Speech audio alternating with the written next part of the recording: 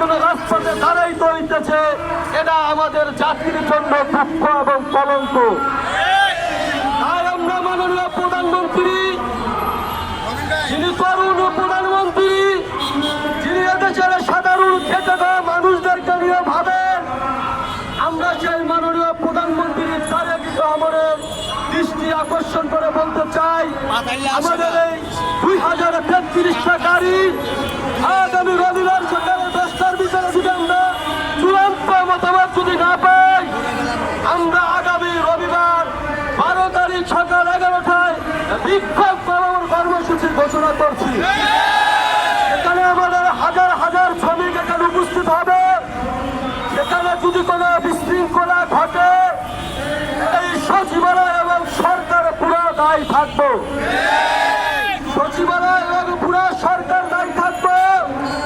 এবং যেই সচিবালয় আমাদেরকে রাস্তা ধরে আসতে বলে, আমরা 12 তারিখে এমন রাস্তা ধরে আসবো, আপনারা কোন রাস্তা পালানোর রাস্তা খুঁজে পাবেন না। আমরা হুঁশিয়ার দিয়ে বলতে চাই, আগুন নিয়ে খেলবেন না। আগুন নিয়ে খেললে কিন্তু 100% পুরো যাবে ইনশাআল্লাহ। আমরা হুঁশিয়ারি দিয়ে বলতে চাই, যেই সচিবরা, যেই আমলাতন্ত্র আমাদেরকে রাস্তা ধরতে বলেন, অবশ্যই আমরা সেই রাস্তা ধরে রবিবারে যদি আসি, আপনারা কোনো রাস্তা পালানোর পাবেন না। সংগ্রামী সাথী সাংবাদিক ভাই বন্ধুরা, আপনাদের প্রতি আমাদের দৃষ্টি আকর্ষণ থাকবে। আপনারা অবশ্যই আমাদের এই কর্মকাণ্ডের পুরো বিষয়টা আপনারা লিখিত শুনছেন। আমরা কিন্তু কোনো দাবি না আমাদের কাছে, আমরা 4টা ডাল মধ্যে এই ঢাকার শহরে বউ বাচ্চা এবং বাবা মাকে নিয়ে খেয়ে পরে বাঁচতে চাই।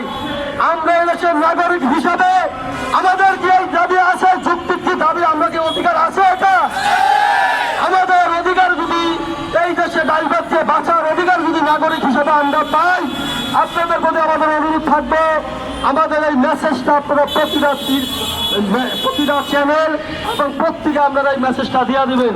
আপনাদের মধ্যে আমাদের সে অনুরোধ থাকবে, আমাদের এই বিষয়টা যেন জনাব আমাদের প্রধানমন্ত্রী জনাব তারেক রহমানের দৃষ্টিতে আসে এবং আমরা জনাব তারেক রহমানের দৃষ্টি আকর্ষণ করে আপনার সহযোগিতা কামনা করি। আমরা এই দেশে বাঁচার অধিকার আপনার কাছে চাই, বাঁচার অধিকার চাই, বাঁচার অধিকার চাই। আগামী রবিবার 11টা বাজে আমাদের বিক্ষোভ কর্মসূচি আমরা এখান থেকে ঘোষণা করছি। বিক্ষোভ কর্মসূচি হবে বিশেষ সংবাদ সম্মেলন।